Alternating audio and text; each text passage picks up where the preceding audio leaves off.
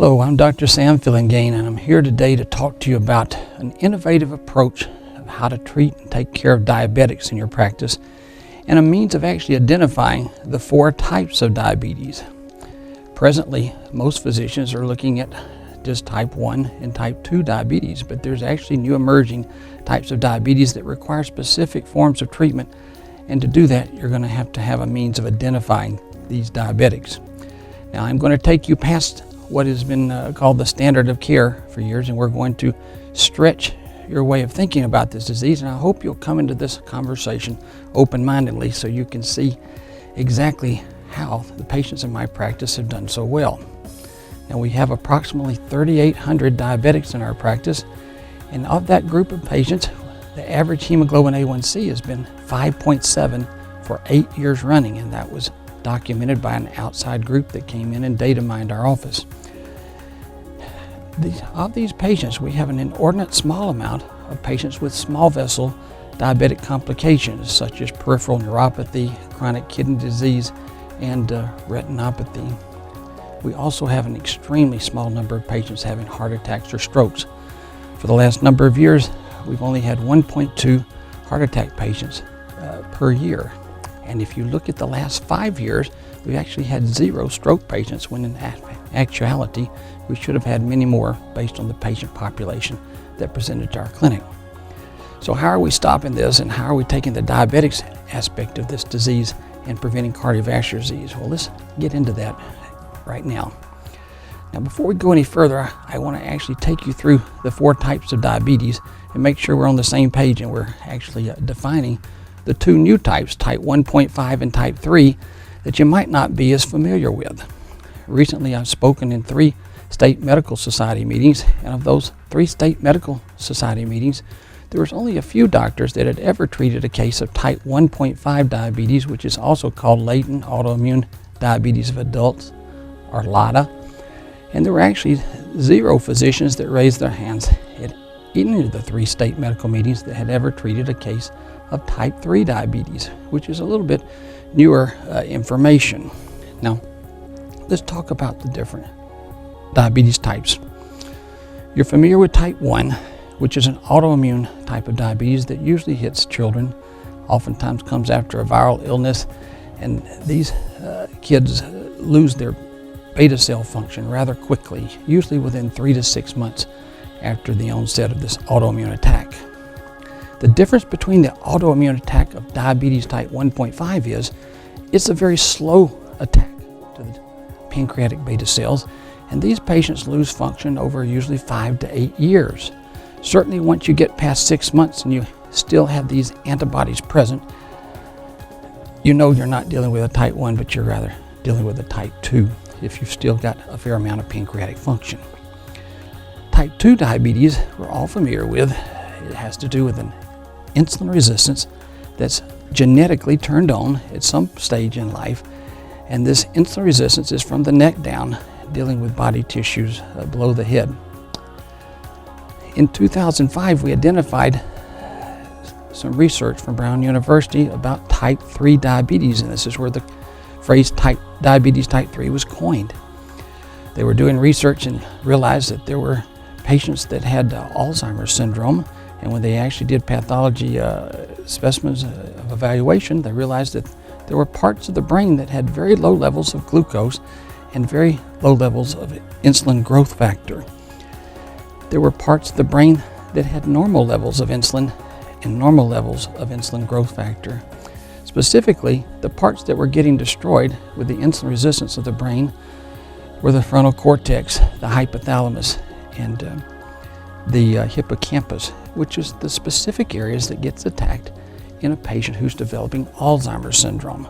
So it became apparent then that we're dealing with a different type of diabetes. It's not exactly like type 2, it's not exactly like type 1, but it has now been coined diabetes type 3, and it relates to a developing process of insulin resistance in the brain that ultimately is believed to make up possibly as much as 80% of our patients who develop Alzheimer's syndrome.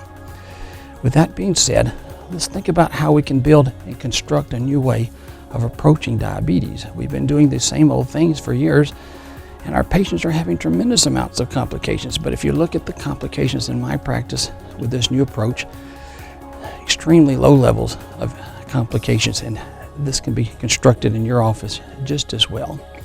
You know, information is life and death. I try not to go to bed at night without reading 10 studies per night, because I've learned through the years if I'll read 10 studies per night, I can stay current on all the different information. I'm going to share a lot of that with you in this presentation that relates to diabetes, and I hope you'll receive it well, because this is as serious as a heart attack. If we don't get this information correctly, we're going to have a lot of patients slipping through the cracks, developing heart attacks that never had to happen. Your patients, they're screaming and they're begging that we help. They're holding up signs just like this one, and they're basically saying, "Doctor, clinician, please help me overcome this obstacle. I'm fearful of what this disease can do to my body." Now, I know that you're overworked and you're stressed and time is not as plentiful as it used to be. Physicians are putting in more hours and making less money, but the bottom line is we devoted our lives to a career taking care of patients. If you'll develop this winning attitude, this attitude you see here, you can overcome any of the obstacles that face us presently. So let's talk more about these types of diabetes. Now, when you talk about a diabetic type 1, you're talking about someone who's got an autoimmune reaction toward the beta cells of the pancreas, and they're losing functionality rather quick in these beta cells, usually within 3 months, but certainly within 6 months. There's various antibodies that you're going to see and associate with this, and you can test for any one of these 4 that you see on this chart. Now, when you identify that patient, they're going to be put on insulin, because the first thing they need is insulin.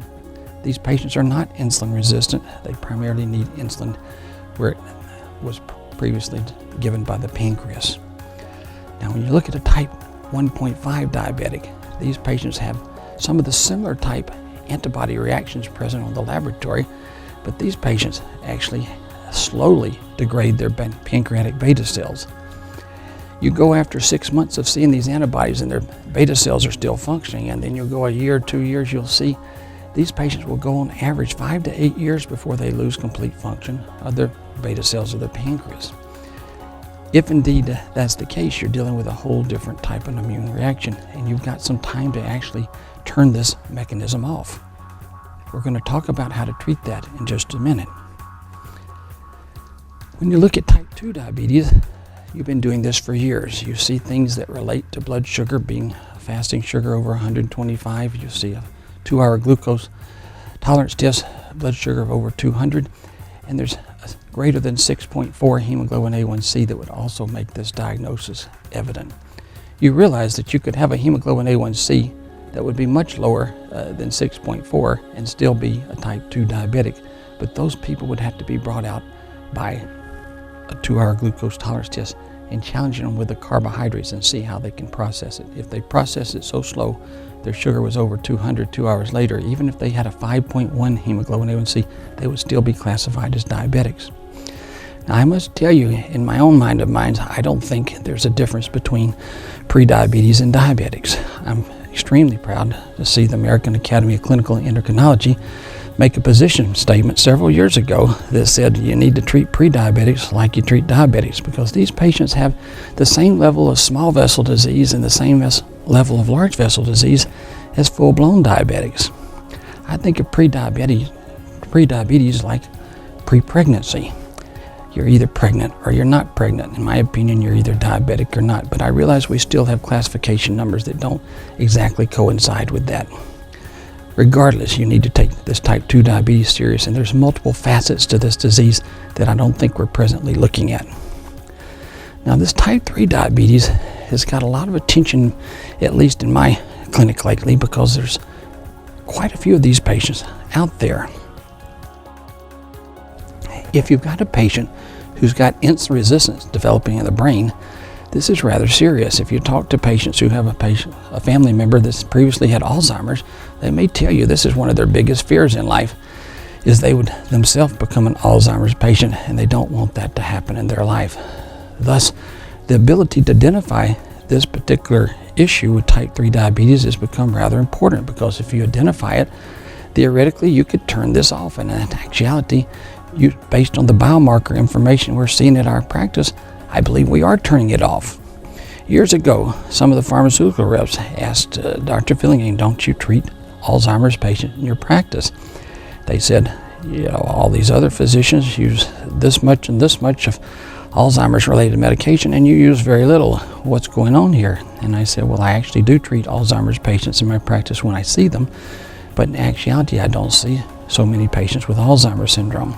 It turned out some of the treatment strategy that I was using for type 2 diabetics works actually very, very well for type 3 diabetics. And so I can't help but believe that through the last 12, 15 years, we've been using a strategy that's come very close to the things that you would do for a type 3 diabetic, and thus prevented numbers of my patients from becoming an Alzheimer's patient unknowingly.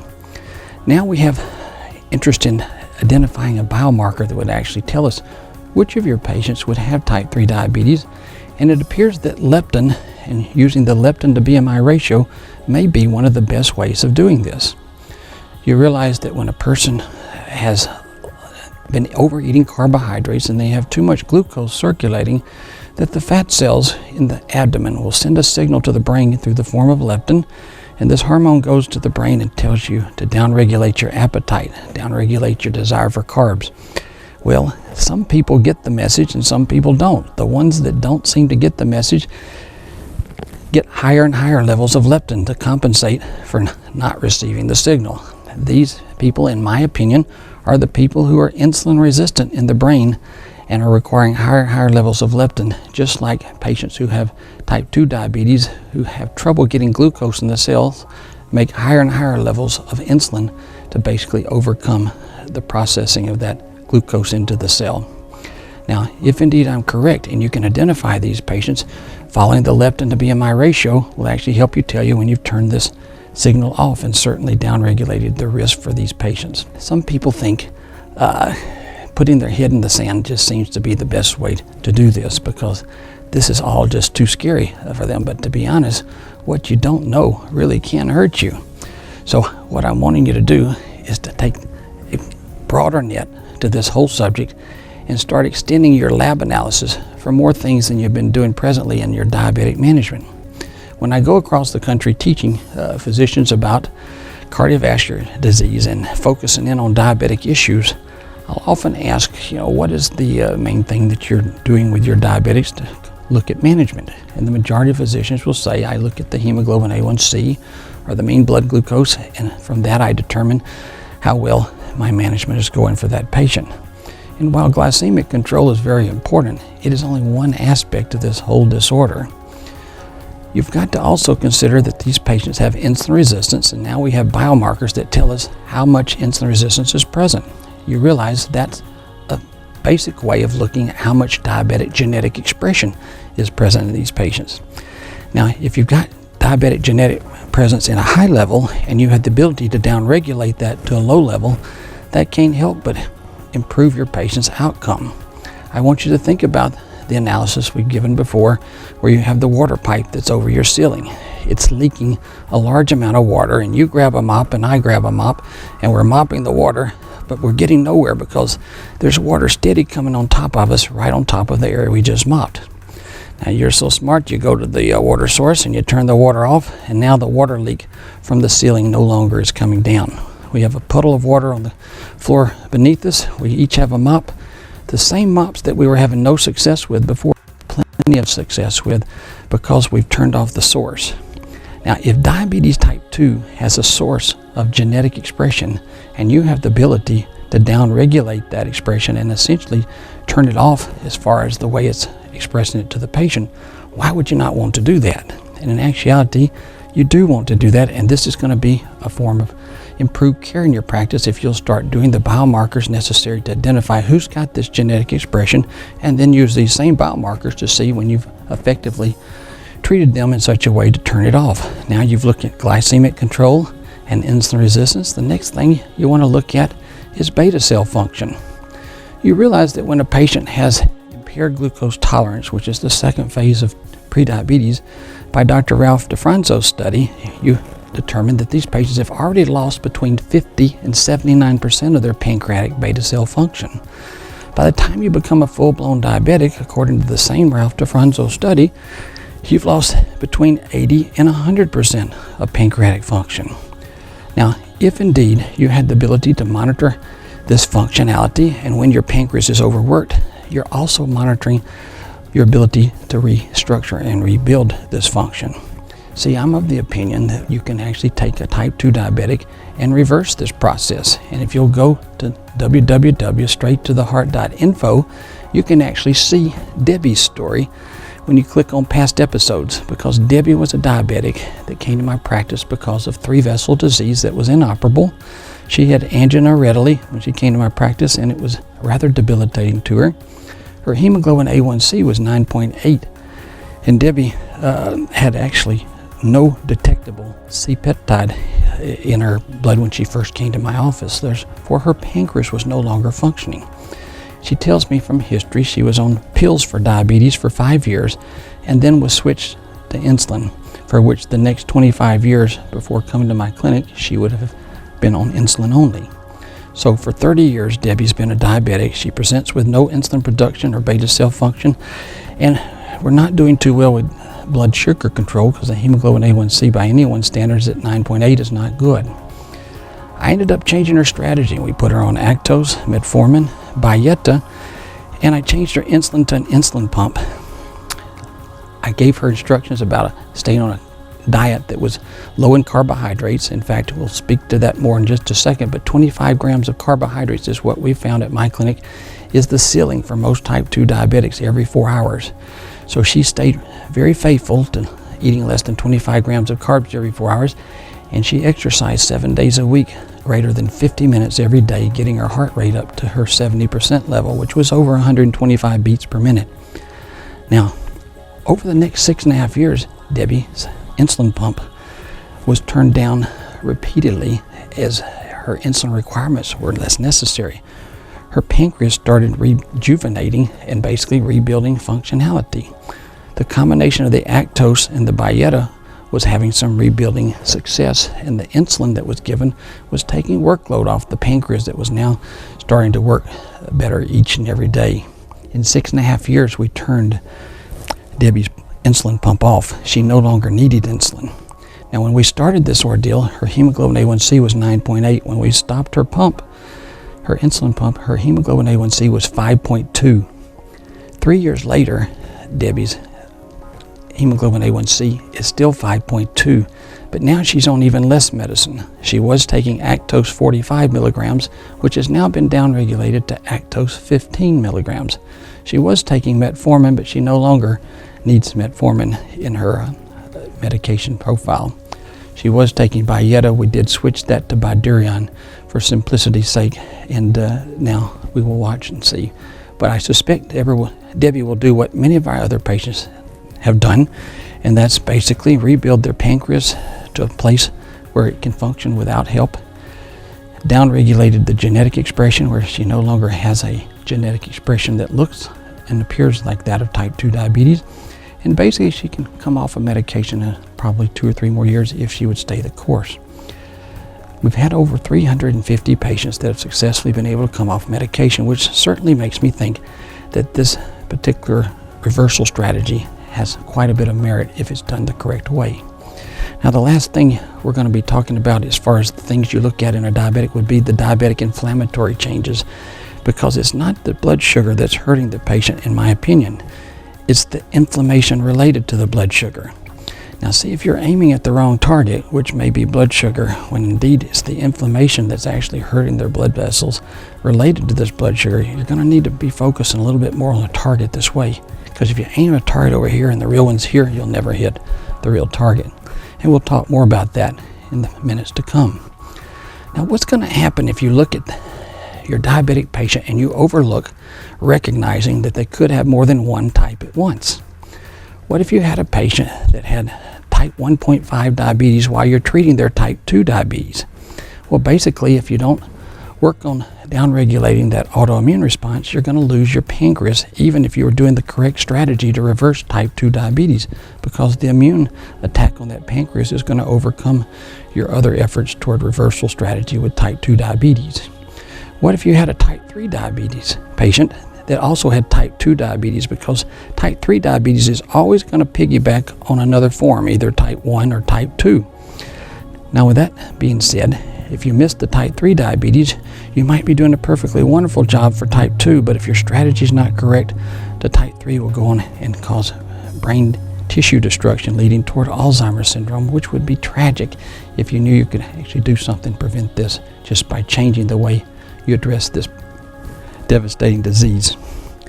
What if you actually had type 1.5 diabetes and type 3 diabetes while you're treating type 2? Now you've got 3 types of diabetes. You say, Dr. Fillion, does this ever happen? And in actuality, it does. And I will show you a few cases later on in this presentation. Then obviously, you're going to devastate the brain and the pancreas and have much more difficult time controlling the small vessel and large vessel disease that comes to follow. Certainly, it's not impossible to have diabetes type 2 develop in a type 1 diabetic. What if you were just treating a type 1 diabetic for numerous years and didn't recognize the changes of the genetic expression that was coming? That now means this patient has both type 1 and type 2. This certainly happens often in my practice when I see a type 1 diabetic that's got some age in this person. So certainly we want to look at the various types and not overlook how we're going to address each one. Now, if you look at this particular slide, you've got a patient that's got type 2 diabetes and type 3. And you have clear biomarkers now present that can actually detect this. By simply ordering an advanced diabetic panel that comes with an advanced cardiovascular panel, you can make such a difference in your patient population. When I have medical students that come and train at my clinic, I ask them, usually near the end of the rotation, how would you actually treat a type 2 diabetic without this information now that you know what you can do once you have this at your fingertips? And each of them invariably say, I don't think I could ever treat a type 2 diabetic or a diabetic at all without utilizing this advanced information, because it's the difference between extremely good outcomes and extremely mediocre or poor outcomes. You see, if you don't know things are coming, you don't take any efforts to protect your patients in those areas. But if you know it's coming, you can do so much to actually turn off the process that's hurting them. The United States has a large population of diabetes. I don't care which state you go to, you're going to see this growing. Even in states like Colorado and Minnesota, where they have actually lower obesity rates and maybe some better health habits, you're still seeing young people develop quite a bit of insulin resistance, and it's coming on even in the safer states. But if you look here at the southeastern United States, there's a rather devastating amount of cardiovascular disease, and there's a devastating amount of diabetes under that. Because if you look at patients that show up to the emergency rooms with heart attacks, 82% of them tend to have either pre-diabetes or diabetes based on NHANES data. And that's a rather remarkable number. So we've got to treat this disease aggressively. While cardiovascular disease, in my opinion, has 8 underlying inflammatory disease states that contribute inflammation that makes this disease so devastating, diabetes is certainly one of the most important ones that's contributing to our patients having heart attacks and strokes and small vessel disease as well. Thus, if you're going to be good at preventing cardiovascular disease in your patients, you're going to have to be good at this that we're talking about with diabetes. And the sad thing is, I'm fearful that most physicians are still doing standard of care type practice that actually is performing the same mediocre results, and we're really not as good as we could be. We have so much information available, but yet we're not using it. And I'm going to encourage you to take this information we're talking about today and make extreme use of it. Now, if you look at diabetes throughout the world, you see that there's quite a bit of diabetes in multiple countries, but here we are ranked number 3 in the world as far as volumes of patients in the millions with diabetes.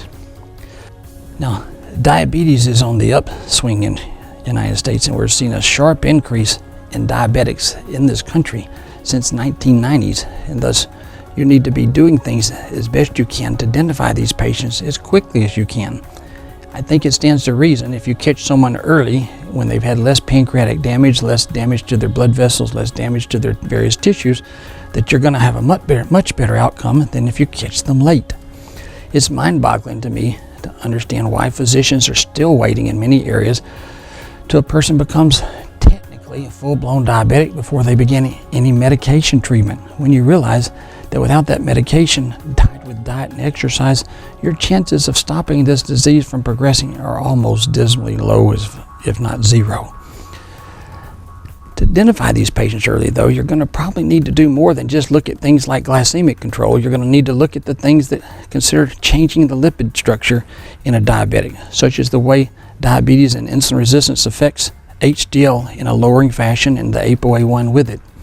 You also have so many other biomarkers that are present that can actually tell you if a patient's developing insulin resistance, even more sensitive than the lipoprotein changes, and we'll get into that when we talk more about the diabetic panel. This diabetic panel can give you all sorts of information of extremely useful nature. Diabetes is a devastating problem. Just look at your patients that have had problems with peripheral neuropathy and the numbness and the problems with tripping and things that happen to their feet that ultimately might lead to amputations of part of the foot or even the leg itself. Things to do with chronic kidney disease. And think of all the diabetics that suffer from going through renal dialysis and ultimately causing them not to live the length that they should have because of the kidney problems themselves. Or think about the person who loses the joy of vision when they have retinopathy take away large volumes of their ability to see. And think of how you enjoy your everyday seeing family, friends, and things in your world and how that would affect your lifestyle. We have such an extreme ability to make a big difference in this if we take this information to heart. It's suggested that if current trends continue, 1 out of 3 patients in the United States that are adults will have diabetes by the year 2050. You and I are going to have to be very diligent in working with this situation if we're going to make a difference in lowering that number. Now, if you look at these biomarkers that actually identify insulin resistance, you see the lipoprotein changes right here in these biomarkers, and you also see these other biomarkers that we use for insulin resistance, and they do make quite the difference. You see, if you look at your adult population greater than 20, there's at least 52% of these, if you look at these patients that have presented your office greater than 20 years of age, 64% of these patients are actually insulin resistant. Therefore, 6 out of 10 of your adult patients need this type of attention so they can begin down-regulating their diabetic genetic expression and avoiding small vessel and large vessel disease. It turns out 52% of adolescents that are obese have insulin resistance. So now we're seeing teenagers and even preteens that are obese and showing up with pre-diabetic changes. In Mississippi, we're seeing patients between 14 and 17 years of age start having heart attacks and strokes who have a background of insulin resistance. And this is certainly not a good outcome and not a good statement for where our society is headed. If this is happening in Mississippi, it will certainly happen in other states too, if it's not already. So I encourage you to be diligent, even with younger patients, especially the younger ones that are obese. Now, what is the real target for diabetes management? Because I'm suspecting that most of you, your main target historically has been hemoglobin A1C. If that's the only thing you manage, I can show you case after case that have absolutely wonderful hemoglobin A1Cs, 5.1, 5.2, 5.5, that actually are not doing very well at all. Their inflammatory processes are bad, their pancreatic beta cell function is strained, and they're really deteriorating and progressing in the way it's developing cardiovascular disease in their lives. I'm going to encourage you to take it a step further and start learning about these biomarkers that relate to insulin resistance. I want you to learn about the things that relate to pancreatic beta cell function. I want you to learn about the physiology that got them in that position to start with. And then I want you to focus in not only on inflammatory markers themselves that relate to generalities in patients that are diabetic, but I'm going to teach you about surrogate markers, specific markers that physiologically express inflammation going on in an organ. While the markers themselves are not inflammatory markers, they do represent an inflammatory process in action. When you do all of that, you have the ability to make such a big difference. Now, I want to share with you the strategy we use at our clinic for type 2 diabetes, and then I want to expand upon that with the other types of diabetes so you can understand ways that we've been successful in limiting our heart attacks to 1.2 patients per year for the last 15 years, and how we've been able to eliminate our patients who had strokes over the last 5 years completely, when in actuality we should have had hundreds of patients with strokes if you look at statistical analysis. One of the ways we've done this is through this strategy for type 2 diabetes, because I've had very good success in this area. One of the first things that we want to do is look at the insulin resistance aspects of this disease that has to do with diabetic genetic expression. Diabetic genetic expression has basically been overlooked by the masses of physicians simply because we're not thinking in terms of physiology, and we've been told through the years standard of care looks at hemoglobin A1C. By casting this wider net out and looking at these markers of insulin resistance, you're now looking at the markers that are showing diabetic type 2 genetic expression. You can identify pre-diabetics and diabetics much quicker this way, and then you can use this in your treatment regimen to see how successful you are at downregulating the diabetic genetic expression. Thus, you remember the water pipe story just a second ago. You're turning off the water pipe, allows you to clean up the mess. Without that, you don't clean up the mess well. Turning off the diabetic genetic expression helps you clean up the mess internally that's going on because of how the blood sugar is creating inflammation in these patients' blood vessels. Now, one of the ways you're going to do this downregulation of diabetic type 2 genetic expression is by reducing the carbohydrates in their diet. And after looking at over 1,000 patients in my practice with diet diaries and how their body responded with advanced cardiovascular biomarkers, I realized years ago that 25 grams of carbs every 4 hours is the limit a patient can handle as far as the beginning stages of their treatment. Now, over time, as you begin treating them with a reversal strategy, you actually can tolerate higher levels of carbohydrates, but we try to focus on less than 25 grams every 4 hours for many years because that treatment strategy has been successful time and time again in every practice I've seen it utilized in. Also, to downregulate this diabetic type 2 genetic expression, you're going to want to take this patient and put them on pioglitazone or Actos. Pioglitazone is one of the only diabetic medicines that goes into the nuclei of these patient cells that have insulin resistance and basically downregulates the genetic involvement in this type 2 diabetes, making them less insulin resistant. When they're less insulin resistant, the pancreas doesn't have to work as hard. If you were to look at inflammatory studies related to diabetic drugs, I don't believe you could find any drug that comes close to pioglitazone in the fact of lowering inflammation. So if you can downregulate genetic expression and lower inflammation that relates to diabetes with a drug that's now generic and not expensive, this is a win-win for everyone. And I believe every type 2 diabetic you're treating should probably be placed on Actos or pioglitazone. You may say, well, I'm concerned about weight gain with Actos, and there is some potential for weight gain if you don't use the full treatment regimen that coincide with this. We now have GLP-1 analogs that help lower weight, and when placed with pioglitazone or Actos, these GLP-1 analogs have always consistently shown weight loss. So if you're a physician concerned about weight gain with Actos, always put it with a GLP-1 analog unless they have side effects to those drugs that are unmanageable, and then you'll see the weight loss despite being on Actos. There are some of you that probably stopped using Actos several years ago when there was this concern about bladder cancer with pioglitazone. But the studies have been completed now, and I believe that fear has been completely eliminated. That information was released last year, and now we know that Actos at 15, 30, and 45 milligrams has no relationship to bladder cancer based on a prospective analysis that was released recently.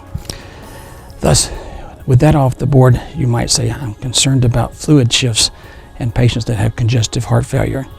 Well, if you increase the fluid volume with pioglitazone or Actos, you can downregulate it with a GLP-1 analog, because people that have problems with fluid volume, usually the patients that have calcified hearts that lead toward diastolic dysfunction.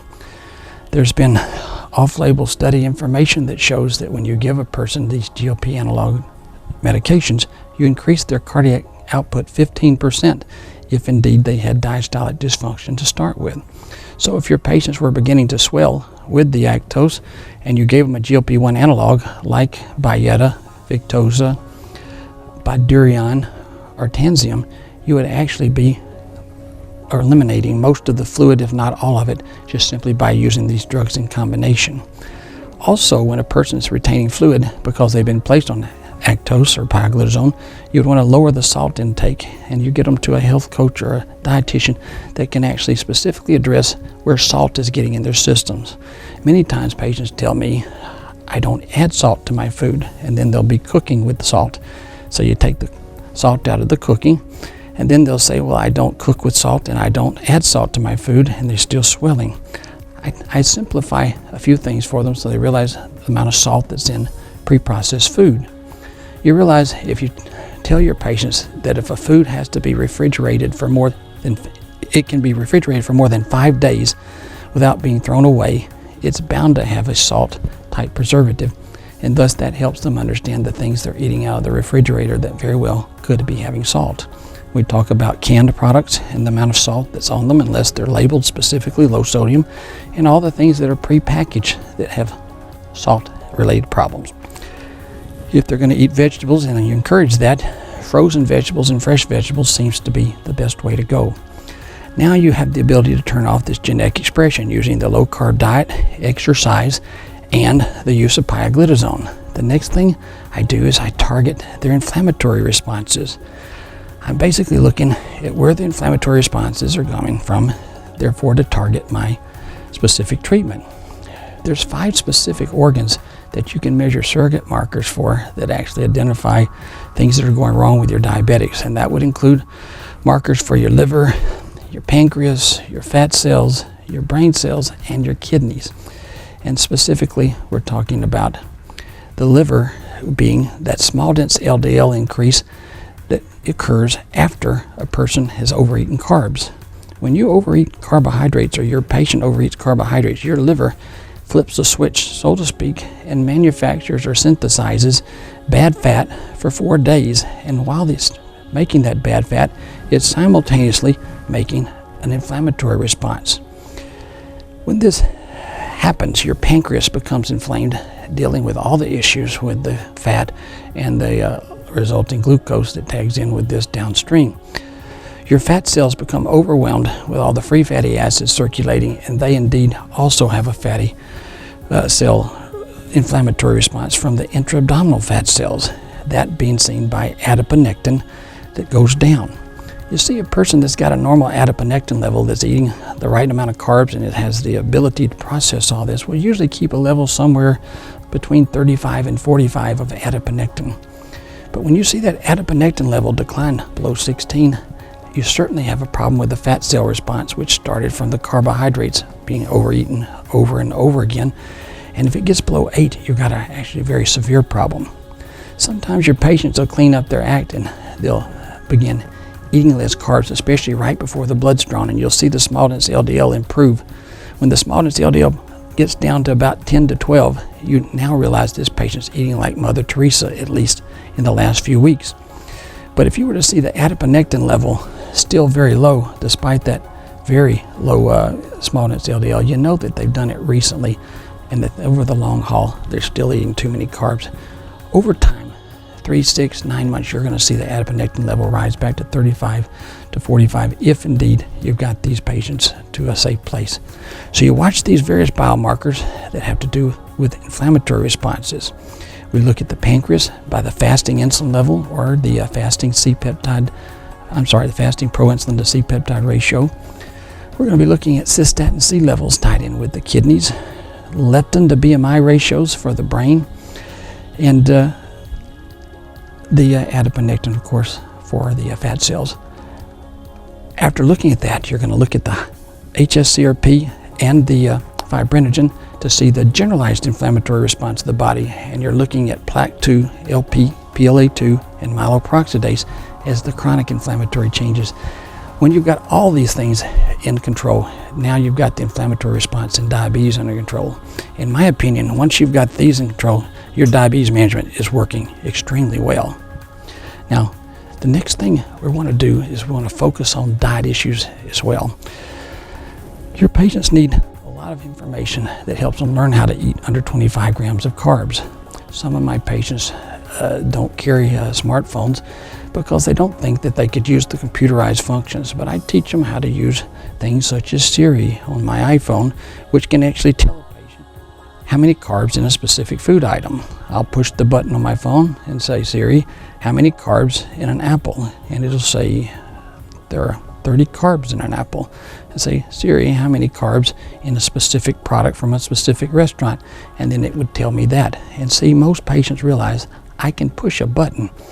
It's not just the iPhone that has this type app.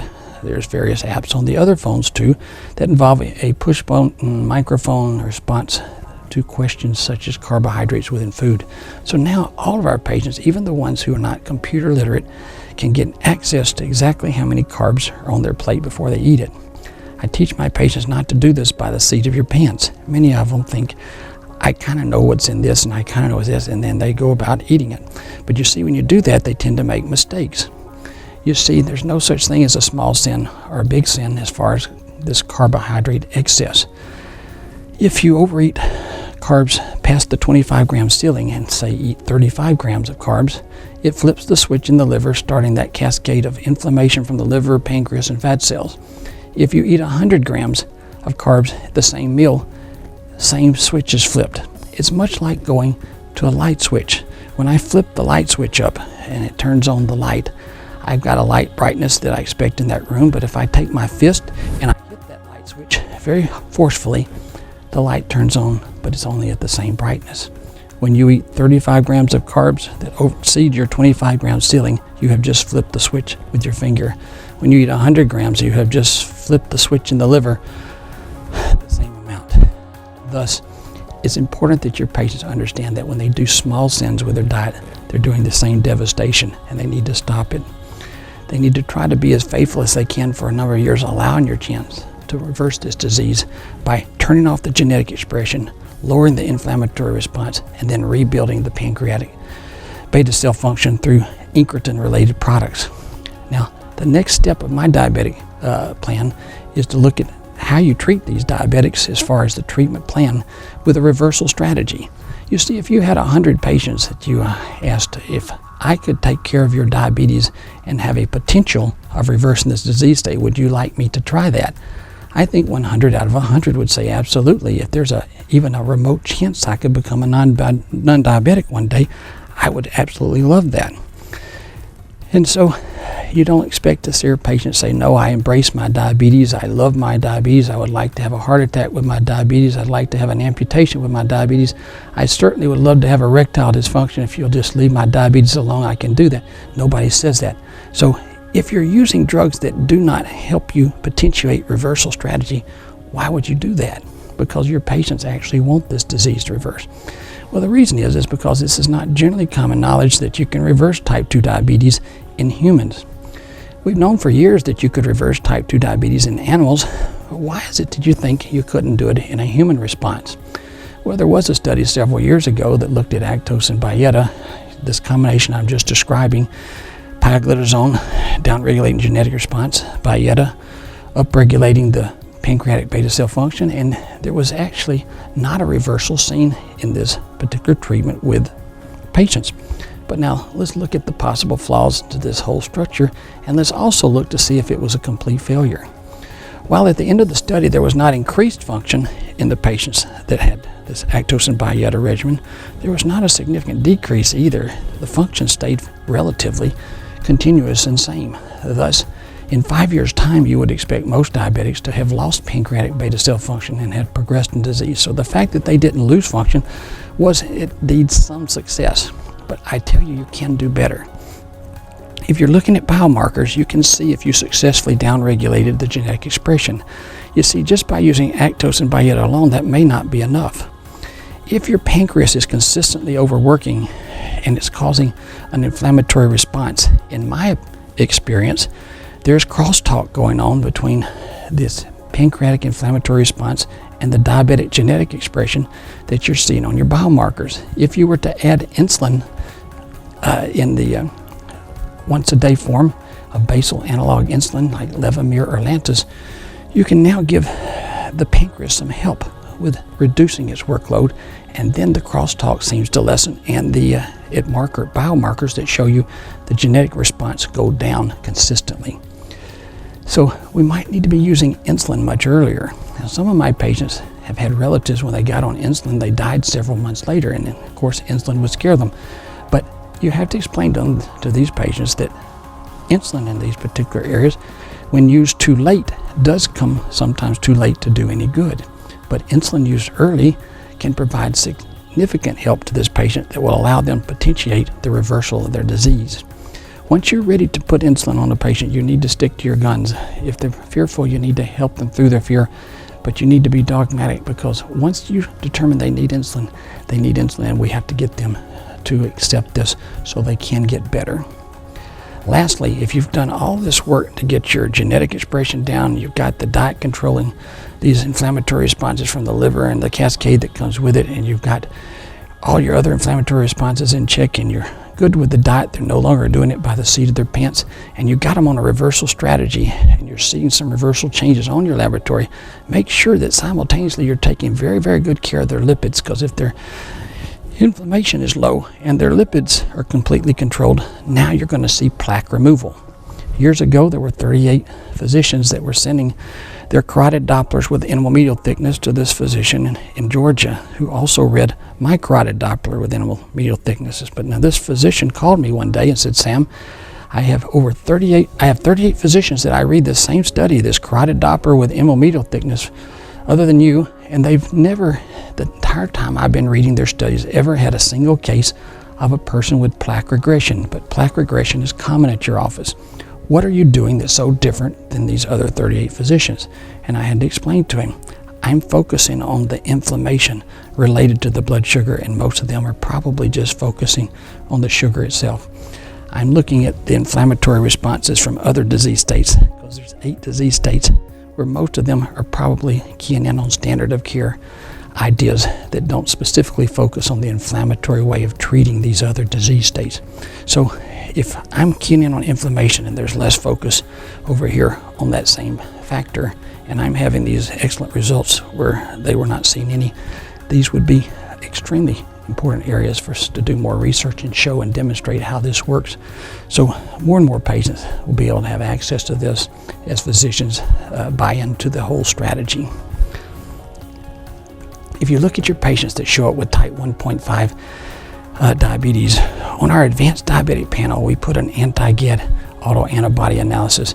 And when you see that anti-GAD level get greater than 5, you're starting to see an autoimmune response in these patients who might also have type 2 diabetes. When you see the anti-GAD go up 40, 50, you've got a definite problem. And you noticed within 6 months they haven't completely destroyed their pancreas, which means you're dealing with type 1.5. These patients should be immediately put on a long-acting basal analog insulin, even though their hemoglobin A1C might be very well controlled. You say, "Dr. Fillion, would you put a patient with a hemoglobin A1C of 4.9 on basal analog insulin in these instances?" And you bet your last dollar I would. Now think about what you just said and what you just asked. How does a diabetes patient or a non-diabetic respond with pancreatic function controlling glucose homeostasis? Well, it turns out when I started doing insulin pumps, I learned more about this, because the insulin pumps give 20 secretions per hour to my patients.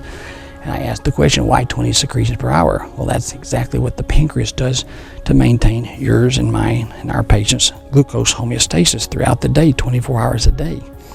Now, if you give a patient a shot of an analog basal insulin like Levemir or Lantus, you're basically taking the workload off of the pancreas, because the pancreas no longer has to give those 20 secretions an hour, because you just provided it through the form of that injection. Now, which pancreas do you think is going to wear out quicker? The one that has to give 20 secretions an hour and it has to also bolus every time the patient eats, or the one that can rest while you've given the injection, and the only thing that pancreas has to do is give boluses? Now, will that hemoglobin A1C patient of 4.9 bottom out by having these analog basal analog insulin injections? The answer is absolutely not. you're basically replacing where the insulin comes from. Either the pancreas is going to do it, or you're going to do it through the injectable insulin that you give. But their hemoglobin A1C may be even higher the next time you see it. It was 4.9 before this, it might be 5.1. But if you see a radical change in the pancreatic inflammatory response, and you see a radical change in the genetic expression going down in these patients, you know you have just done something good. And when that anti-GAD antibody lowers back down under 5 again, now you've just basically set the stage for this patient to develop a type 1.5 diabetes that's in remission. Now, there are studies starting to generate in these type 1.5 patients that show putting an incretin product like a GLP-1 analog or a DPP-4 can be extremely helpful. Now, that makes sense if you think about it. You've got a patient whose pancreatic beta cells are getting attacked by this autoimmune response, and now you're putting a medication on board that helps rebuild these pancreatic beta cells. So as the autoimmune disease is damaging these cells, your medication is healing these cells, or actually increasing the functionality of these cells.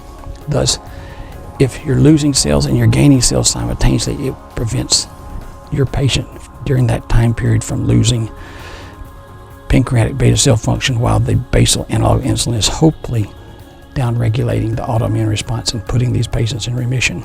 I'm seeing at least 60% of my patients after about 6 to 12 months of basal analog insulin going into remission, and that's certainly an exciting thing. Had you not taken an anti-GAD antibody test through this diabetic panel, you would not have known these patients were having this problem, and thus your patients would have certainly gone on to lose their beta cell function, but usually over a 5 to 8 year period. Now, how would you treat a well, interesting enough, the strategy I just shared with you, that was the reversal strategy for type 2 diabetes, works extremely well in type 3 diabetes. In type 2 diabetes, you have insulin resistance of body tissues below the brain. In type 3, you have insulin resistance issues above the shoulders. Thus, the actose or pioglitazone seems to downregulate the genetic expression in these insulin resistant cells, just like it does in the cells below the neck. While you are given increased beta cell function with a GLP-1 analog or a DPP-4, you can improve this situation from a pancreatic beta cell response. In my experience with these patients, the leptin to BMI ratios start to improve drastically once you use this combination, and if need be, put basal analog insulin in early so you stop the crosstalk that would prevent this insulin resistance from actually shutting off. If indeed, when diabetes type 3 turns on, is reflected by leptin to BMI ratio, and I personally believe it is, now you've got a mechanism in which to identify your patients who are on their way to becoming an Alzheimer's patient. Now the question arises, when this leptin to BMI ratio increases, how long does it take till someone becomes this type 3 diabetic would become an Alzheimer's patient? And the answer is we don't know. This information is just beginning to unfold. We just learned about and coined the term diabetes type 3 in 2005. So we've got many years of research to go and many questions to answer about this. Is every patient that has an elevated leptin to BMI a type 3 diabetic? In my opinion, they probably are, but there's certainly research to be done to see if indeed that is correct. So while we don't have all the answers now, I think it's prudent to say having an elevated leptin to BMI ratio is never a good thing. Using actose in these patients to downregulate the genetic expression and turning that leptin to BMI ratio down certainly makes positive clinical sense.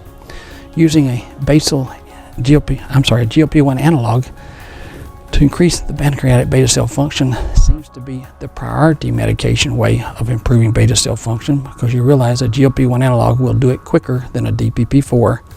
But for those of you who are not in the habit of using GLP-1 analogs at all, I think you're making a terrible mistake in your patients because of the great value they offer. And certainly here's another case. You realize there's things that they talk about as far as how GLP-1 analogs help in diabetes regarding the function. It improves the pancreatic beta cell response and the efficiency of that response. It deals with glucagon and reducing the liver's inappropriate production of glucose when a diabetic doesn't need glucose circulating in their system. It slows down gut motility, which might give the sense of fullness a little quicker, while it sends a metabolite to the brain that downregulates the appetite. That metabolite seems to go into the hypothalamus. It was because of incretin mimetics or GLP-1 analogs, initially Byetta, that we learned where that appetite center in the brain was, which now we know is in the hypothalamus. But there's other things that these drugs do that aren't really talked about greatly, but we've seen studies that I think at least make this worth mentioning at this time. A GLP-1 analog like Byetta and Victoza, Bydureon, and probably Tanzium too, albeit I haven't seen the direct studies related to that medicine in these regards, appears to take a person and reduce the size of a heart attack if indeed they were to have a heart attack and these medicines were in the system. Several years ago, there was a study published in Circulation that looked at patients coming in with acute coronary syndrome, and when they were given injectable IV Byetta or exenatide, these patients actually, the ones that got the exenatide within an hour and a half of the onset of acute coronary syndrome, had much smaller injury size to their heart muscle than the group that got it after an hour and a half. We've seen animal studies where you actually clipped coronaries and actually had the medication on board, and there was about a 50% reduction in the muscle mass loss in the heart in those animals versus the ones who didn't get it. And thus, it appears to be that these GLP-1 analogs block the enzymes that cause apoptosis of the heart. We've learned that there are GLP-1 receptors on the heart, and that's how we increase cardiac output by about 15% in patients that have diastolic dysfunction of the heart. How did this patient get diastolic dysfunction to begin with, this calcification of the heart that stops it from stretching just proper? They got it from 8 disease states that create inflammation, which ultimately led to this heart calcifying and stiffing. But now, one of the main things that was causing that inflammation was diabetes in many of the cases. Now you've got a drug that's a diabetic drug in nature that actually does something to improve it backwards and gets the person back to more normal function. So the swelling they're having in their legs and feet goes down just simply by giving them a GLP-1 analog like Byetta, Victoza, Bydureon, or Tanzium. Now, there's GLP-1 receptors on blood vessels, and there's studies to suggest that you might lower blood pressure as much as 3 millimeters with these drugs simply by dilating the arteries a little bit from this GLP-1 response. So we're finding out more and more things that these medicines do besides just simply improving the diabetic nature control and reducing diabetic-related inflammation. Certainly, I hope you're all on board with them. If a patient could not tolerate the GLP-1 analog because of nausea or other issues, I would consider quickly using a DPP-4, much like Januvia, Onglyza, Tradjenta, or Nacini, because these medications carry great value also. Now let's talk about some clinical cases and let you see how this actually works in real clinical medicine. We have a patient coming here from Tennessee, and this patient has actually just had an advanced cardiovascular panel that includes this advanced diabetic panel that you see before you. Now look what you see at the very top section. On the area that shows glycemic control, this patient's all in the green, which would suggest that this patient doesn't have diabetic problems based on your standard of care model. But then you look at the next section for the biomarkers that relate to insulin resistance, and almost everything is in the red.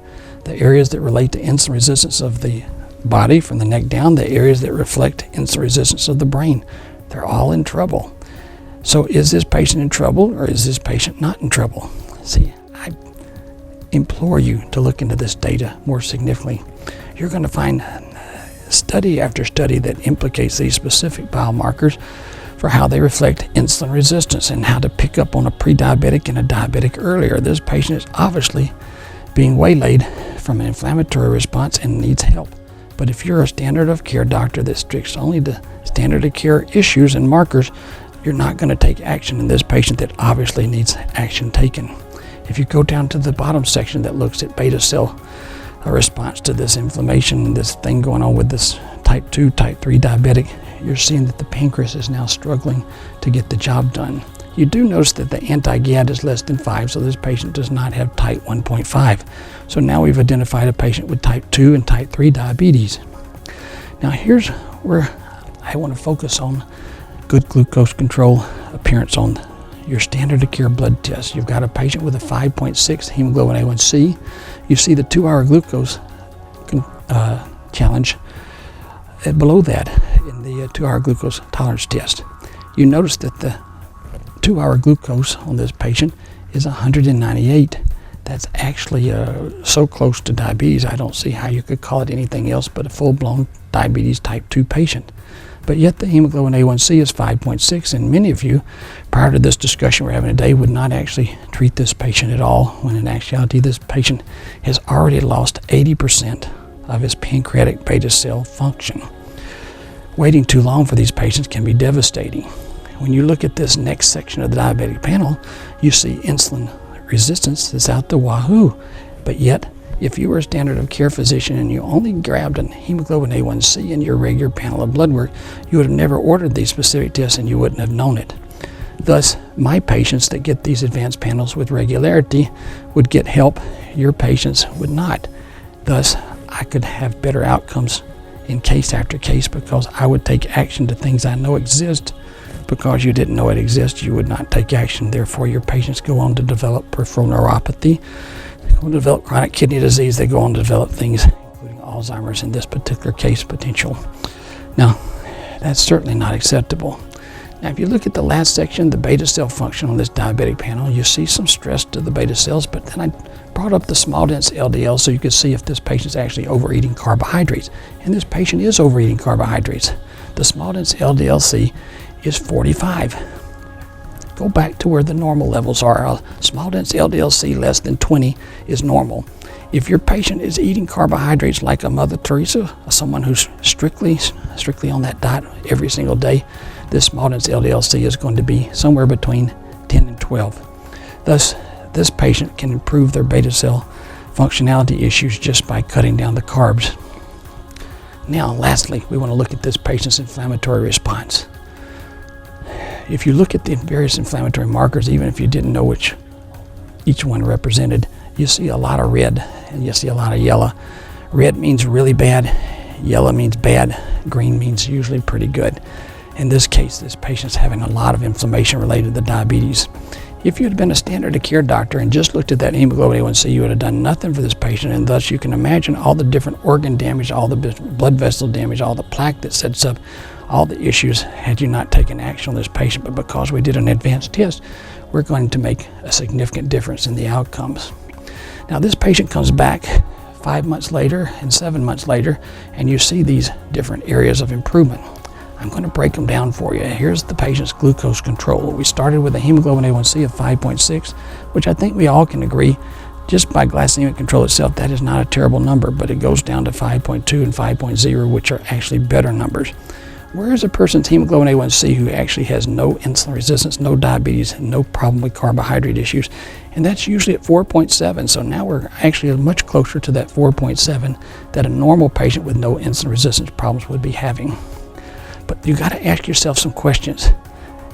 Do I need to go past this glycemic control? And based on the things I've just told you, you know the answer is absolutely yes. Is this patient's insulin resistance gaining control? Is this patient downregulating the diabetic genetic expression? Is the beta cell functionality sustaining the amount of workload? Or is this pancreas putting out an inflammatory response based on having to work too hard? Let me ask you a question. How quickly does a fasting insulin level go down in a person who's got a pancreas that's not overworked? Well, the answer to that is usually 2 to 3 hours. So if you had an insulin level above 10 and you had a fasting patient, think about what you just said. They ate their last meal and their last carbohydrate substance at 10 o'clock the last evening. They come to your office at 8 o'clock, which is 10 hours later. They've now got a fasting insulin level, let's say 20. You know a normal fasting insulin level should be less than 10. Probably 5 or 6 would be really, really normal. Now, how can you have a patient with a fasting insulin level of 20 10 hours later and call that normal? How can you say that's not an inflammatory response? How can you say that pancreas is not overworking? That pancreas was supposed to be done with that workload by 1 o'clock in the morning because the last intake of that patient was 10 o'clock. Here you are at 8 o'clock in the morning, 7 hours later, and the pancreas is still working.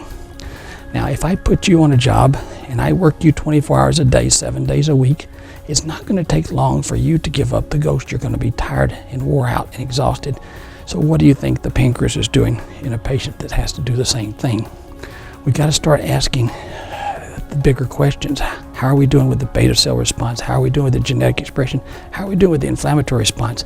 Until you start doing that, you're going to continue to have the same number of heart attacks, the same number of strokes, and the same number of patients that have small vessel disease such as peripheral neuropathy, chronic kidney disease, and retinopathy, and erectile dysfunction issues as well. All of this is unacceptable when we have this information at our fingertips. Now, if you look at this patient tied in with the insulin resistance, you can see a lot of red to the right and some yellow. It's shifting some more green, and toward the third study 7 months later, we're getting much better as far as the insulin resistance and the diabetic genetic expression. Are we finished in this case? And the answer is no. Until we get all those biomarkers in the green, we're not finished, but we're at least moving the right direction. And this patient's, while we haven't completely turned off the water source or the diabetic genetic source, we're on the direction and the course of doing that. And hopefully by a year and a half, we'll have it completed. Now, beta cell function over the next few months. You see that middle set of information there with beta cell function is looking at the initial study. You look at the top section, it's looking at this study at 5 months, the study at 7 months, and you can see that the pancreatic beta cell function has nearly normalized. Here we are 8 or 10 hours after the patient's eaten, and the fasting insulin level is down to 10. It's shown in yellow there, but that's extremely close to green and normal. You're looking down at the bottom part, how the patient's been doing with carbohydrates. The initial small dense LDL was a 46. Now we got a patient down to a level of 7. That means this patient's eating just like a Mother Teresa with carbs as of recent. And so that's bound to be helping this pancreatic beta cell response. Now maybe the most important aspect of this patient's care altogether is this slide right here. If you look at EC's response, initially we had inflammatory changes everywhere. Now you see in 5 months, the inflammatory changes have almost all turned to the green with a few yellows, but near toward the end, we're almost completing that course in 7 months. Now on this next case, we have NR, who's a female patient that comes from Florida. She's actually a wife of a patient that I'm already taking care of for several years. Now I have a spouse policy at my clinic. I try to get the spouse to come in and be seen simultaneously with the sick spouse that initially was referred to my office, simply because it seems so sad to fix the one that's ill and bring them to a place of safety, only to have the spouse that was thought to be in better shape die from cardiovascular events. And this has happened in numerous cases in the past, now that I try to stop. Well, this happens to be a spouse of a patient that's been getting treated in my office for several years. She's from Florida, and lo and behold, she thinks she's very well. Her BMI is only 21. She's in her 60s. She has basically been fairly active. She does have cardiovascular disease in her family, especially her father, who has passed away from a heart disease and a heart attack, but in his 80s. She comes to me thinking things are fine, and here's what we see. I'm going to give you the larger panels here so you can see the entire cardiovascular report. If you notice on this panel, her LDL-P is rather high. It's over 2,000, which puts her in worse than the 95th percentile of bad cholesterols in the United States, while her LDL-C is only 155. And for a patient who's on no medication and basically is thought to be doing very well, this one would probably flip under the radar of our standard of care treatment. She might be told to reduce saturated fat in her diet, which in all probability wouldn't help greatly, but maybe if you were even more averse to diet, you would give her a low-carb diet, and that would still only fix part of this problem. But regardless, it would not garner the attention that this LDL-P would. Thus, advanced cardiovascular panels are so important for the lipid analysis, because on your LDL-C from your standard of care lipid profile, the C stands for cholesterol. And as a person's been insulin resistant, the longer their insulin resistance, the less cholesterol is going to be in that LDL, because cholesterol is traded for triglycerides. So if you take an LDL-C and you shrink it because you have less cholesterol and more triglycerides within it, but yet you're measuring the cholesterol in there, your LDL number is actually going down, when in actuality the LDL-P is going up. Thus you're getting deceived on all of your patients that are insulin resistant, and the longer they're insulin resistant, the worse you're getting deceived. Conceivably, if this patient was insulin resistant, that LDL-C could be moving down to 120, 110, 95, 80, and you think nothing's wrong, when in actuality the LDL-P is increasing by terrific amounts.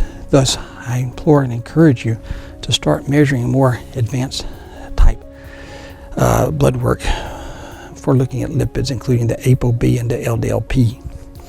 This patient has lipoprotein markers that has not shifted yet for insulin resistance, but yet you see a 2-hour glucose tolerance test that clearly indicates this patient is insulin resistant with a 2-hour glucose of 122.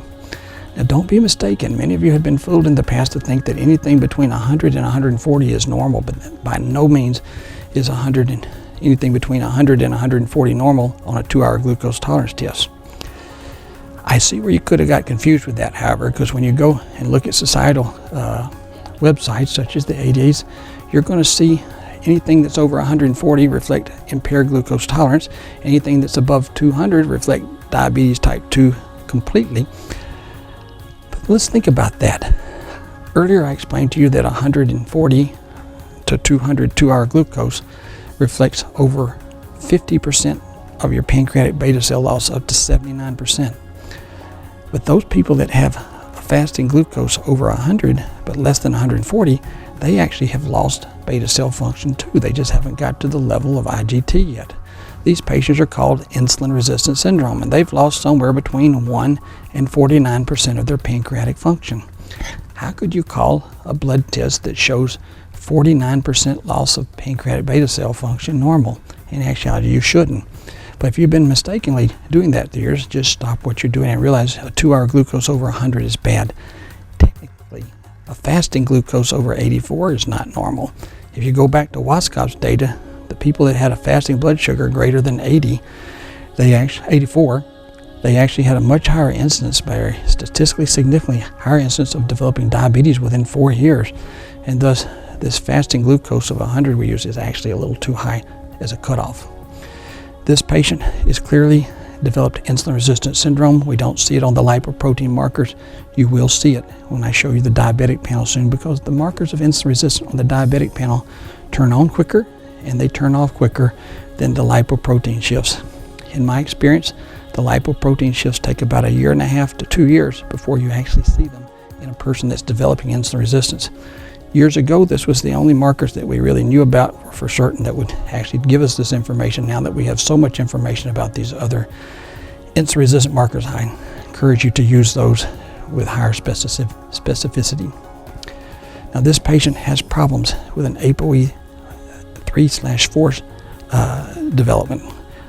One of the parents gave her an ApoE4, which means she's going to have a higher propensity to develop atherosclerosis, higher propensity to develop problems with inflammation changes in blood vessels, and higher likelihood of having heart attacks and strokes because of this issue. Now that you know you've got an inflammatory high-risk patient in your hand, you hopefully are going to be more aggressive in the nature of your treatment. This patient has a CT level value on the genetic study of MTHFR. Now, in this particular presentation, we've not gone into MTHFR at all, but I will tell you the MTHFR genetic defect may be the biggest cardiovascular breakthrough we've had in the last 10 years. This is a patient that has problems developing or breaking down folic acid into the 5th byproduct called methylfolate. And without methylfolate, this patient can't make 4 of her most important brain chemicals, and she's also having trouble making nitric oxide. Now you can imagine a cardiovascular patient that can't make nitric oxide. They don't have the ability to dilate their arteries as properly as needed. And if they don't have the 4 brain chemicals necessary to do function, they circulate high levels of adrenaline. High levels of adrenaline and no nitric oxide, that's a disaster. Adrenaline's a constricting type hormone. The nitric oxide, if it was available, would help dilate, but it's not available. Therefore, these patients can have high levels of atherosclerotic blockage and problems with a constricting artery that you can't dilate. They have heart attacks and strokes quicker. However, we've recently found out with the placement of the patient on 15 milligrams of an L-methylfolate in the form of Deplin, you can actually convert this person to someone who not only feels better, has better concentration, better memory, better ability to sleep, better functionality at work, more improved mood swings, more tolerant of things around them, less withdrawn, less depression type symptoms. And you also have a patient with less cardiovascular issues. So very important finding in this patient. You notice that the vitamin D level is in the 30s, and it's in the green. This is where it's important, if you're going to do advanced biomarkers, that you at least take time to learn about the various biomarker idiosyncrasies. The studies would suggest that having a vitamin D level above 30 is effective for controlling cardiovascular events. However, if you want to improve brain chemistry, you're going to have a vitamin D of higher than 50. In fact, 50 to 80 should be your target. Brain chemistry is so important in today's society. The MTHFR genetic defect I just shared with you is in 60 to 65% of the nation's population. If you add vitamin D problems, that's in so many patients, maybe as much as 70% of the population, and then omega-3 deficiencies, now you've got 3 brain substrates that patients are deficient of. No wonder we're seeing so much depression in America. You see, without these substrates, you can't make the brain chemicals. I want you to picture trying to make a cake. You've got flour, eggs, and sweetener. The flour is the methylfolate from this MTHFR issue. The eggs, that would be the vitamin D in this brain chemistry issue, and the sweetener, that would be the omega-3. Now, you've got a factory over here, and that's the oven. All right, now, imagine trying to make a cake and you take away the flour. You can't do it, can you? But let's just say your factory had plenty of flour but no eggs. It's still going to shut off the factory. How about no sweetener? Well, that cake will never taste just right. Therefore, if you can't make a cake without flour, eggs, and sweetener, you can't make brain chemicals properly without methylfolate, vitamin D, and omega-3. It turns out that the vitamin D and omega-3 are primarily responsible for serotonin-related production, but this methylfolate is serotonin, melatonin, dopamine, and norepinephrine. These are all vital to your well-being. Now, if you're going to fix those patients with mental health issues from a substrate level, you also got to look at their factory as well. Make sure that they're sleeping proper. There are 5 stages of sleep: 1, 2, 3, 4, and REM. You make your brain chemicals in stage 3 and 4, but there are sleep disorders that prevent you from getting there. Patients with sleep apnea, stage 1 and 2, wake up. 1 and 2 and wake up. Patients with restless leg syndrome, 1, 2, and wake up, 1, 2, and wake up, so they don't spend time in stage 3 and 4 very much at all. Patients with narcolepsy, stage 1 and 2 and REM, 1, 2, REM. Now, you've got 3 sleep disorders that bypass stage 3 and 4 sleep, which means that your factory is not working for that cake. So if we want to see an improvement in mental health issues, and we want to see an improvement in cardiovascular disease related to these mental health issues, you're going to have to start doing biomarker testing, which would include that MTHFR genetic defect in the 677 and the 1298 allele. You're going to need to be checking for vitamin D levels on each patient and the omega-3 index that you want to get above 8 to successfully make that serotonin production maximize. And you're going to also want to make sure you're sensitive to sleep issues, because if they have a sleep disorder and you miss it, even though they have all the substrates, they'll never make the adequate amount of chemicals to improve their depression, improve their bipolar, improve their mental health issues of anxiety and other things, and thus lessen the adrenaline in their system that's causing cardiovascular disease to develop. Now, if you look at this patient's diabetic panel, while the glucose control in the top section looks very good, this patient has got something in the yellow and the red showing up in the area of the insulin resistance. Thus, this patient has a diabetic genetic expression that can be seen here but not seen on the front page with the lipids. Thus, these diabetic panels are extremely useful in helping you pick up a patient very early in the course of their developing disease state. If you look on the bottom, you'll see that the beta cell function is actually doing fine. While this person is losing some beta cell function, probably from a developing type 2 diabetes, has not lost so much function that there's a tremendous inflammatory response. If you look at this patient's sterile stanol testing, you can see from the top rectangle on the left that this patient is having some problems with intestinal overabsorption of fat, and this patient is having some problems with liver oversynthesizing bad fat, usually because of overeating carbs, and that's going to be a problem. You'll see that the omega-3 index is a little low, and that we've got some insulin resistance changes showing in this particular panel that ties in with the breakdown of the lipoproteins. How is NR's inflammation going? Well, You can see with one shift, and that's the small dense LDL, is up at 40, and that means that she's been overeating carbohydrates, which triggers the switch for the liver, which ends up flipping the switch for the pancreas and ultimately flipping the switch for the fat cells and causing inflammation in each. However, at this present time, the majority of the inflammation is seen in the liver. What did we prescribe for NR? Well, you might have thought I'd put her on Actos because that's what we usually do for insulin resistance, but since her main problem was in the diet, she was very early in the disease state, I elected not to, but we did address the extremely high, greater than 95% LDL-P level with rovastatin or Crestor. I put her on D2 or ergocalciferol twice a week.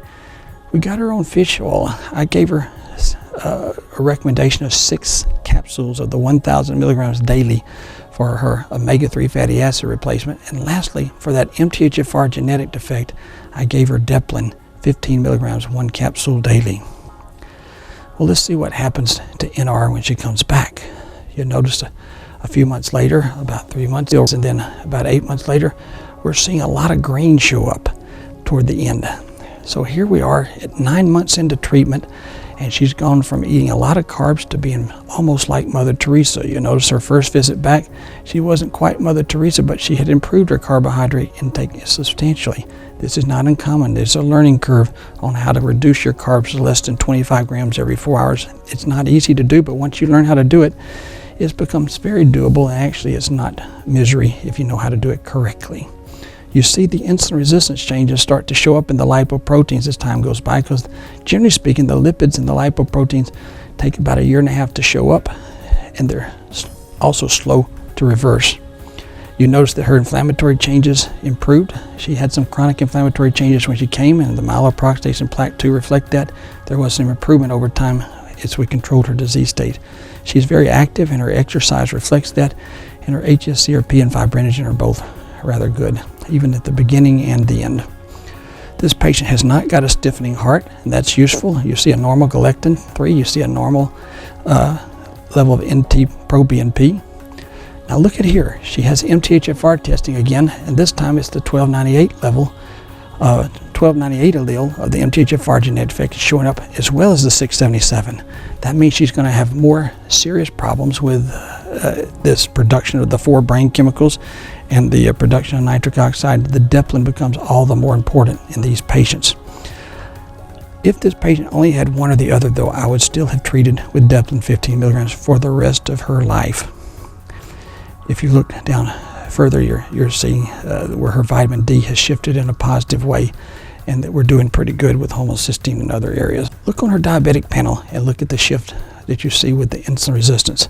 If you notice, even though her blood sugar control has improved successfully as we went by, her insulin resistance has actually worsened. We're not successfully turning off her genetic expression, even though it's clear from her small dense LDL and from her adiponectin she is eating much better. Thus, we're going to have to put this patient on Actos to downregulate this so we don't have a problem down the road losing more and more beta cell function. Look at the panel on the top right, and you see the trend analysis for LDL-P. You see the shift has been rather dramatic over a 9-month period. We've got extremely good control of LDL-P now. We're in the worst 95th percentile in America to start with.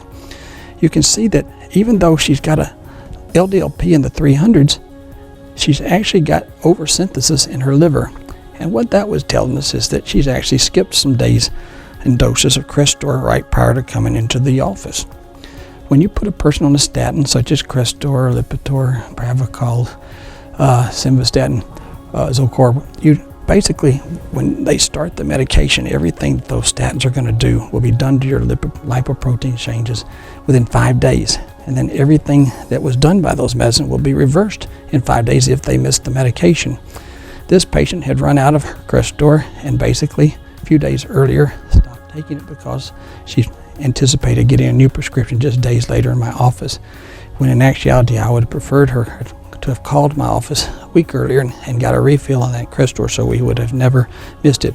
But even despite missing it, she had got her LDL-P in a very successful area. Her omega-3 index is very close to the 8.0 that we're shooting for. If you look at her inflammatory changes from when she came in, we have corrected the liver inflammatory shift, and everything else looks satisfactory. Next to last patient, JS. This is a patient that's local to the Jackson area. He's a former Vietnam vet that had been exposed to some Agent Orange and had some cardiovascular disease, which included blocked arteries to his heart. If you notice on his diabetic panel, he's got a 6.0 hemoglobin A1C, which some of you would get excited about, some of you wouldn't.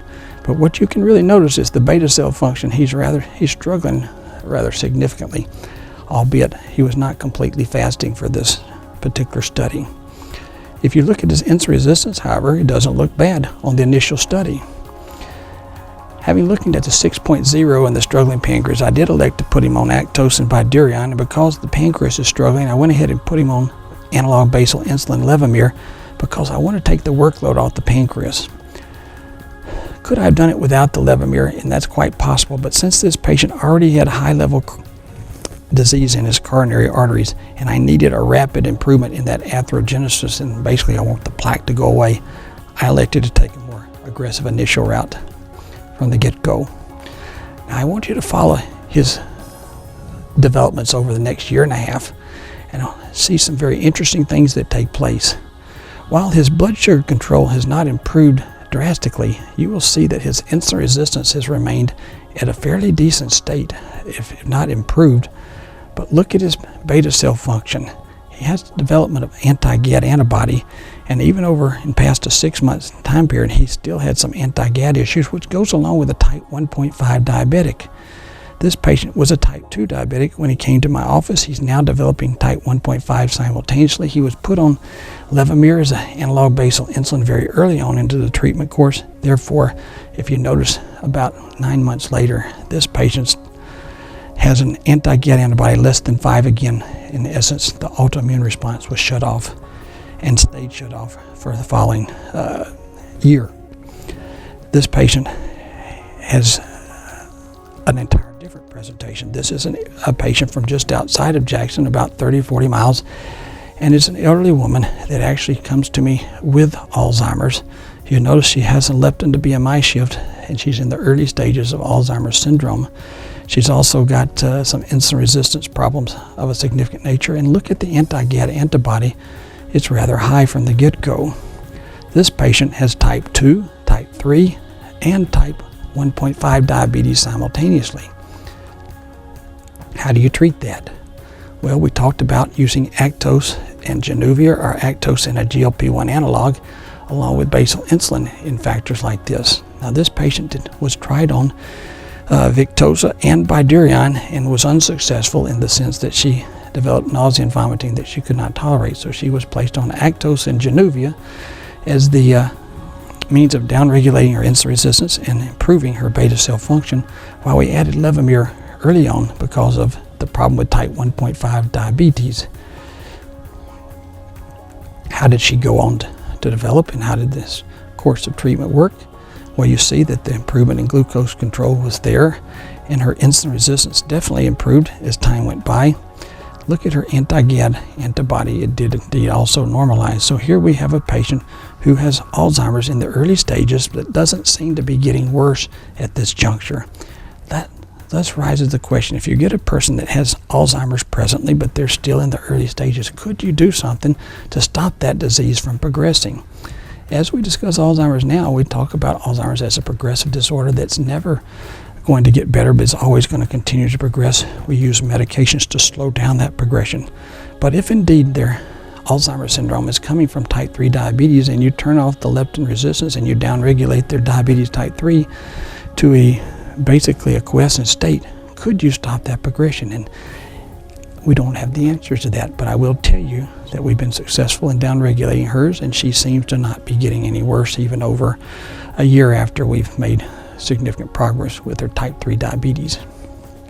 Long story short, if you want to make a difference in diabetes, if you want to actually help your patients beyond what you've been doing, and you know that you haven't quite been able to halt this disease, so many patients are slipping through the cracks with heart attacks and strokes and small vessel disease like peripheral neuropathy, chronic kidney disease, and they're worsening, and even some retinopathy cases, erectile dysfunction issues. If you want to make a huge difference in that, I implore you, I encourage you, begin using the advanced cardiovascular biomarkers. Begin getting more aggressive, casting your net out much further than you've been doing for these diabetic markers and the cardiovascular markers, and watch what happens.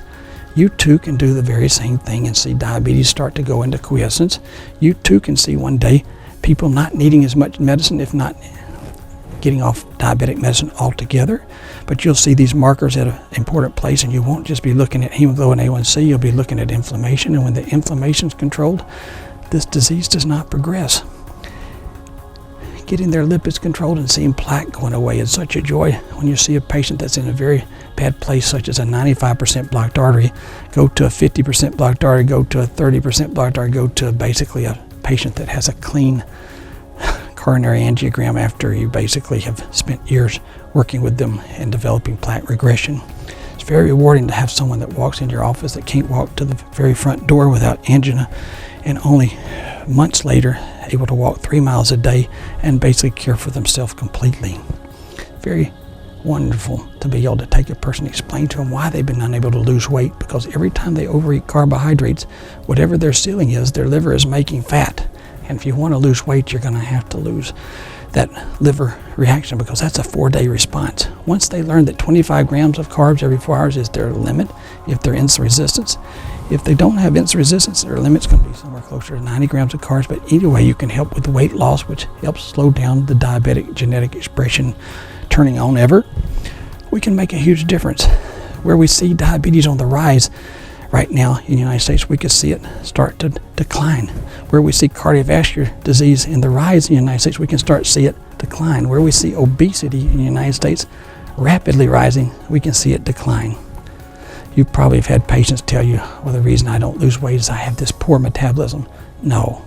The reason they have problems with weight is because they overeat carbohydrates beyond what their body capacity is, and their liver is manufacturing fat for 4 days every time they do it. You see, if a person ate a small Snicker bar that might only have 35 grams of carbs in it, and that's the only thing they ate, and they ate it on Sunday and they ate it on Thursday, they would still gain weight. You say, why would they gain weight?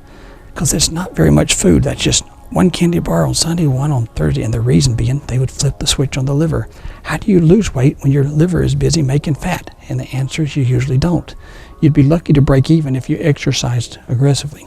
So if you are using advanced diabetic management, advanced cardiovascular disease management, you can make the hugest of differences in your patients' outcomes. These biomarkers are learnable. I'm going to have a 4-hour course on explaining how the biomarkers work and how you can lower cardiovascular disease rate. I encourage you to watch this.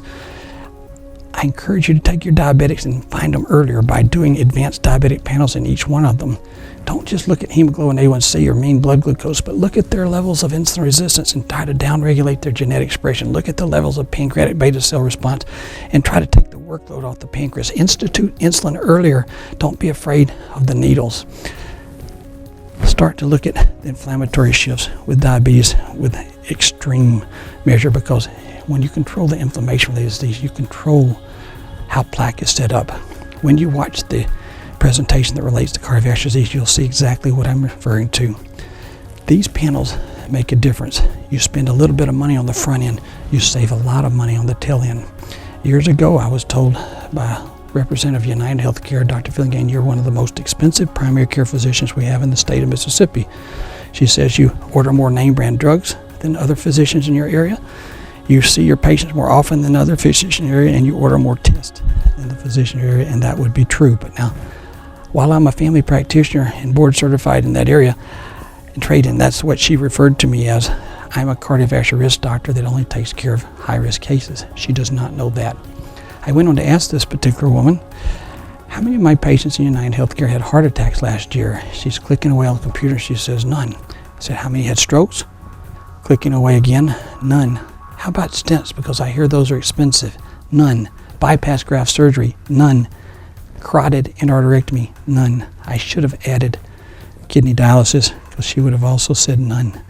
That being the case, look at all the levels of cardiovascular complications I've eliminated by being more aggressive.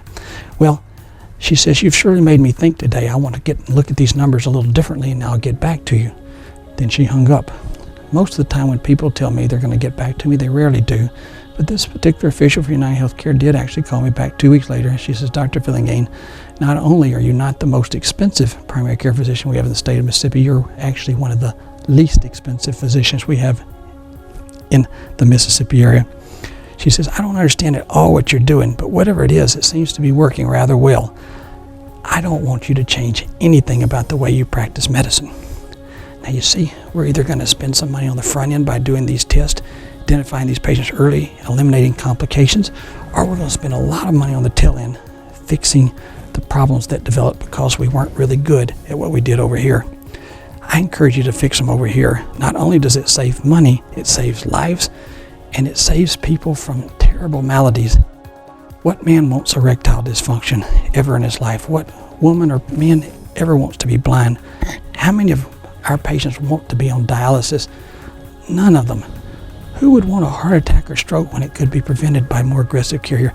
So you save money, you save lives, you save complications, you improve quality of life.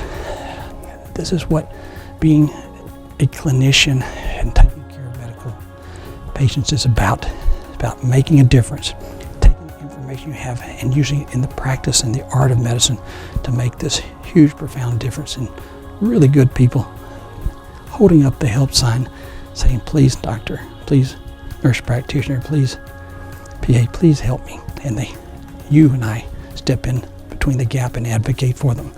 I appreciate your time in this matter. I hope you'll watch some of the other presentations. There's so much to be discussed.